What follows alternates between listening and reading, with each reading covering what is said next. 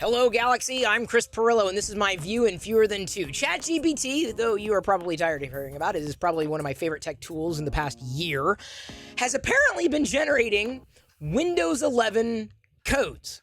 Like, for you to register Microsoft Windows 11, which is kind of funny, but at the same time, kind of scary. See, you may be thinking, well, I'm never going to use ChatGPT. I don't care. It has nothing to do with my job. Well, does it? What about the things that you use? I'm not saying that you should rush out and try to register a license, in some illicit capacity. But what I am suggesting is that AI, these pattern recognizing tools, whatever you want to call them, are going to disrupt security models. And you'd be thinking, I'm fine. No one knows who I am. Really? You don't have anything plugged into the internet? You don't have an account? You live offline? You don't do anything? You have no kind of account anywhere for whatever reason? You don't buy into the system? You're not into the economy or whatever? Really?